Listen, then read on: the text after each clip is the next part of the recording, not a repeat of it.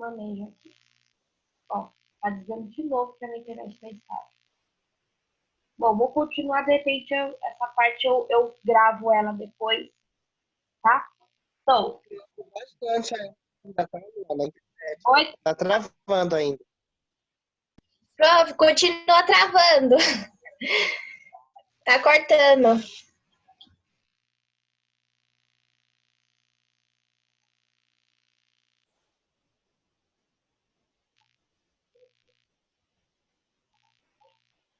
Deixa eu ver fazer uma coisa aqui.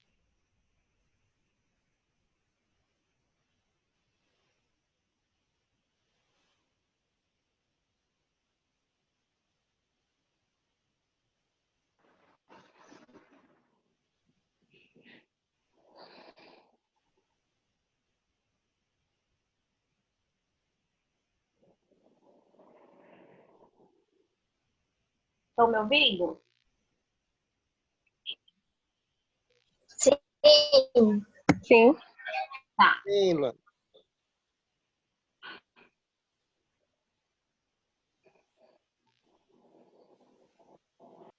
Vamos lá, vamos tentar. Vocês vão me avisando. Bom, como estávamos falando, o serviço de gerenciamento de resíduo ele é extremamente importante por conta da rotina e da demanda de lixo que é produzido dentro de um hospital, tá? Então, saber manipular, saber armazenar, tempo de armazenamento, quem é que pode e que tem o treinamento e a competência em retirar aquele lixo e encaminhar para ser descartado definitivamente de forma correta. Isso tudo faz parte do gerenciamento de lixo e de resíduo hospitalar, tá? Devemos ter consciência que esses lixos tóxicos, químicos, infectantes, eles são pagos, né? Então, o hospital contrata as empresas que fazem a eliminação definitiva desses lixos, né? Definitiva e correta, né? Pensando aí no risco ambiental, ok? Então, isso é pago. Então, nós temos que ter consciência também, porque é muito comum a gente observar pessoas que lavam a mão, pegam o papel descartável, seca a mão e joga no lixo branco. Então, isso tudo o quê? É peso, né? E é pago, como eu falei. Então, temos que ter essa consciência também, tá? E o acidente muito comum que acontece é quando se descarta o pérfuro cortante em local errado, e aí o parceiro, o colega que vai manipular aquele lixo acaba se perfurando, tá? Que é o próximo assunto aqui, acidente com material biológico. Então, nós devemos entender o que é material biológico. Então, é toda a secreção produzida pelo nosso corpo, pelo nosso organismo. Então, sangue, líquido sinovial, líquido cefalorraquidiano, que é o líquor, né? Líquido óptico, urina, fezes, né? Então, tudo isso são material biológico, né? E nós devemos nos atentar e entender que todos eles têm potencialidade de nos contaminar, né? Então, devemos dar a devida atenção a todos eles. Saliva, né? Nós estamos no momento onde a saliva é o nosso grande vilão, né? No caso aí do coronavírus, né? Então, nós devemos nos precaver, né? E seguir com um protocolo rígido e criterioso quando nos acidentamos. Acidentes acontecem, mas muitos deles é por descuido, por negligência de um colega de trabalho e por um descuido nosso ali, querendo fazer as coisas às pressas, né? E acaba se acidentando, tá? Então, sabendo o que é material biológico, nós temos também aqueles três níveis, né? Três classificações de gravidade desses acidentes, que quem vai determinar e quem vai avaliar é o médico, né? Então, a primeira coisa que a gente faz quando nos acidenta é o quê? Lavar abundantemente em água corrente, Ponto. Essa é a primeira coisa imediatamente que você vai fazer. Depois, comunicar a chefia, né? Então, o enfermeiro responsável. Concomitante, você já vai estar o quê? Tentando avaliar e descobrir se tem como identificar o paciente fonte, tá certo? Identificando o paciente fonte, o que a gente vai fazer? Conversar e pedir autorização para ele ou para o responsável desse paciente explicar toda a situação, porque ele tem que autorizar a coleta do material dele, no caso do sangue dele, para fazer o teste rápido, tá? Então, você vai chegar no médico, né? Isso tudo vai acontecer, né? Sequencialmente. Então, você vai chegar ao médico, né? O médico do pronto atendimento, ele tem toda o preparo para direcionar esses casos de acidente com material biológico, né? E uma das questões que devem ser resolvidas junto ao médico é a identificação do paciente-fonte. Então, se isso já foi feito, melhor ainda, né? Então, o médico vai prescrever a coleta do exame para você e para o paciente-fonte, certo? Tendo o paciente-fonte identificado, temos um ponto positivo, por quê? Porque se, no caso, o resultado do exame rápido dele for negativo, existe uma possibilidade de você não precisar entrar com o tratamento com os antirretrovirais, né? Que são medicamentos fortes, medicamentos que que traz reações adversas muito ruins, né? E então existe a possibilidade. Pensando que toda doença tem um período de incubação, os meus resultados rápidos não vai dar positivo, né? Então, se eu tenho paciente fonte, existe essa possibilidade de eu não precisar de entrar com os retrovirais. A internet começou a ficar instável de novo. Ok?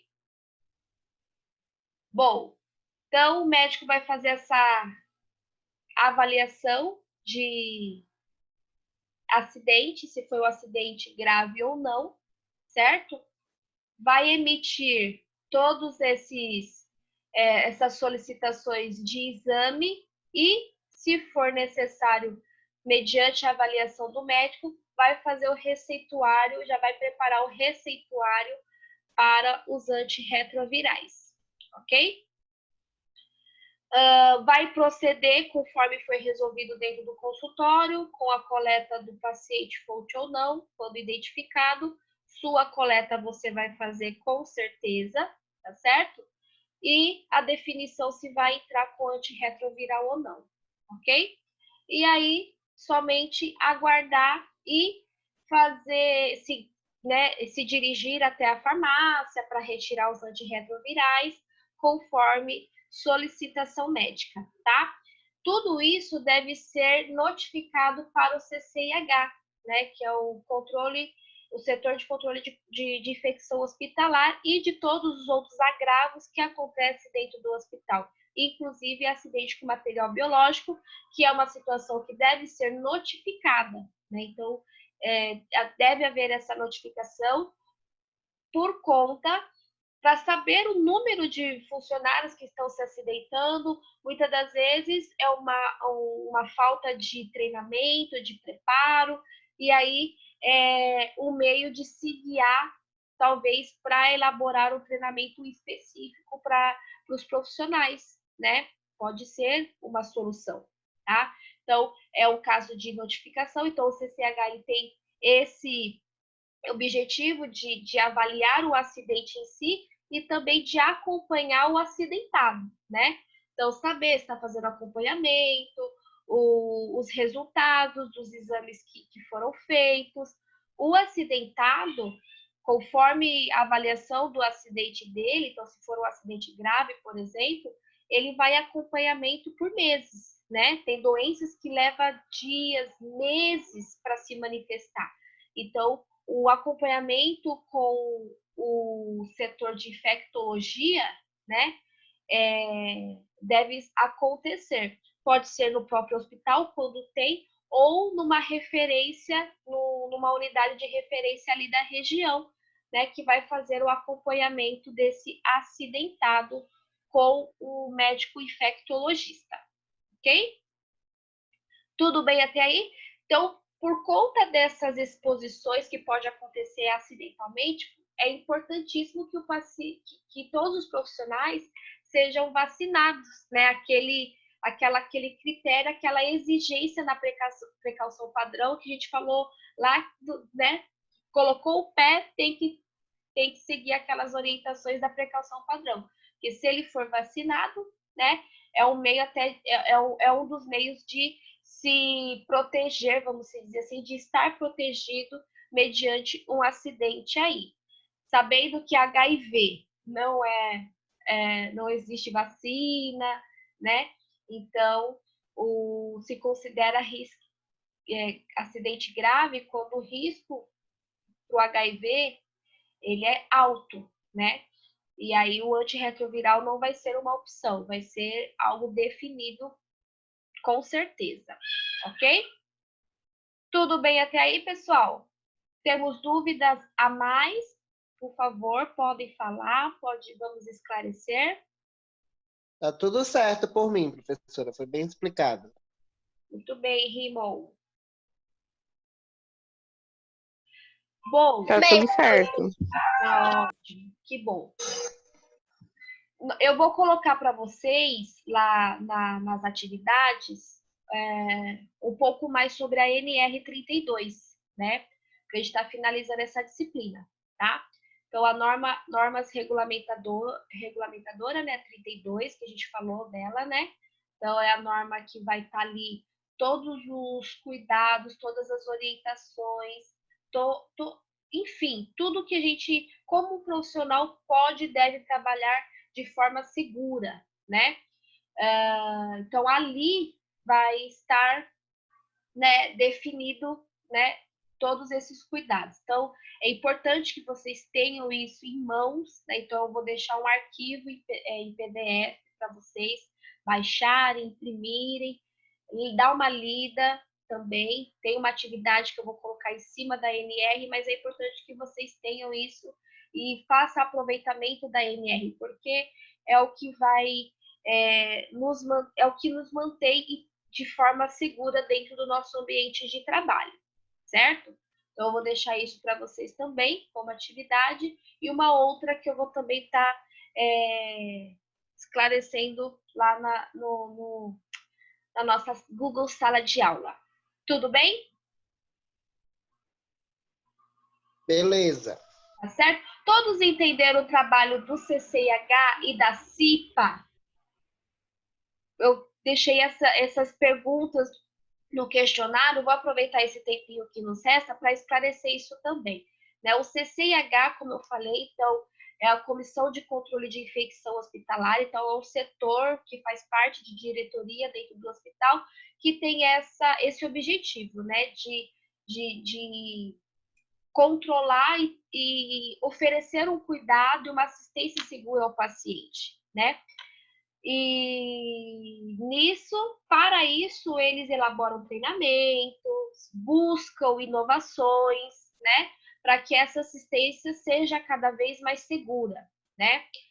E também dentro desse setor há a preocupação com os funcionários, né? Então, aonde também tem toda a participação e o cuidado com a saúde dos funcionários, aonde tem a aplicação da NR32 também por esses setores, concomitante com CIPA e o SESM, né, que a gente também falou que é o Serviço de Segurança do Trabalho, né, de Medicina do Trabalho, né, que trabalham concomitantes, né? Então, a CIPA, muitas empresas têm, independente de serviço de saúde, né?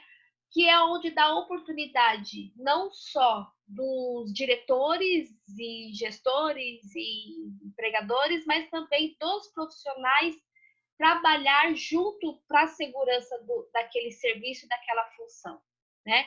Então, muitas das vezes, o profissional consegue enxergar o risco que quem está observando de fora não consegue enxergar, né? Então, geralmente é selecionado alguns ou um ou mais profissionais para serem os representantes de CIPA, né? Para fazer essa função, né? Então, apontar os riscos, o que pode trazer risco ou não, e depois disso dar soluções para esses riscos, né? Não adianta, tá ali, mas não resolve, né? Resolver esses riscos, né?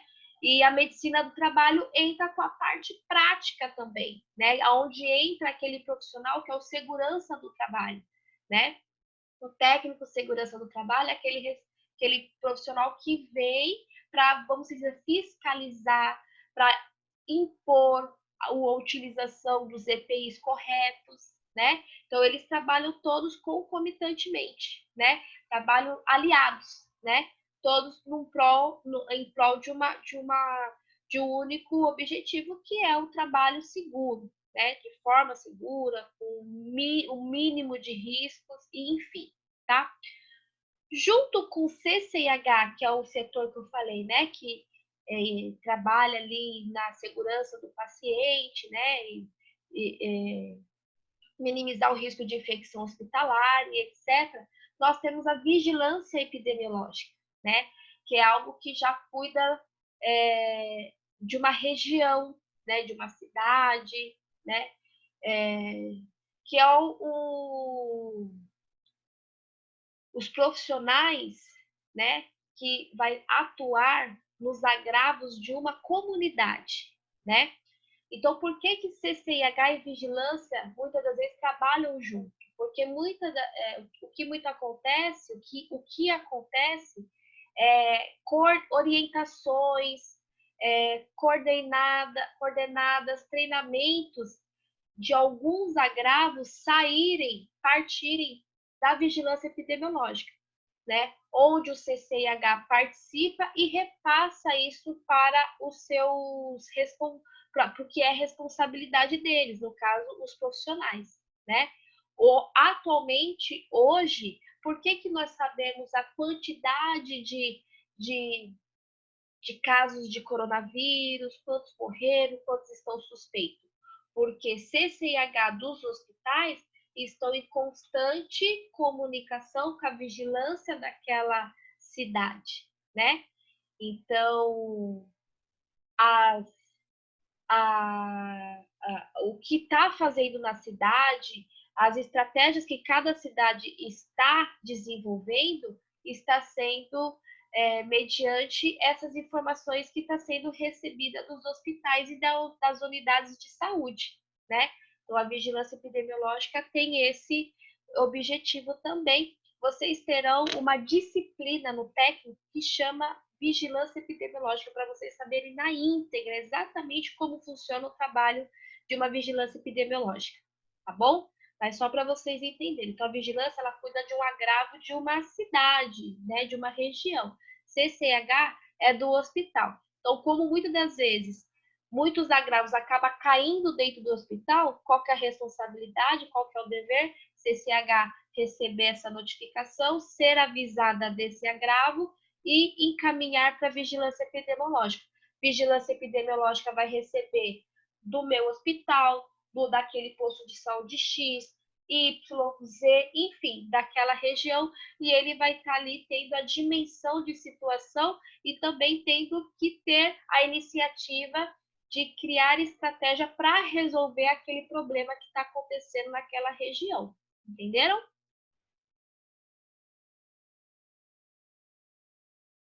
Ok, meninos? Beleza, professora. Bem entendido. Então, eu vou estar finalizando a aula aqui, vou estar compartilhando ela no YouTube para os que não puderam assistir. E se atente lá que vai sair atividade para a gente estar finalizando essa disciplina. Semana que vem iniciamos com ética, ok? Para quem não baixou a apostila, então entra lá no site do colégio, tá bom? Bom final de semana e bom feriado. Vamos ver, tô até perdida com essa quarentena, mas amanhã Nossa, igualmente. Bom dia, Pro! Bom dia! Ô, mãe, não pode. Beijo, tchau. Beijo. Tchau, Luana. Obrigado. Tchau, beijo.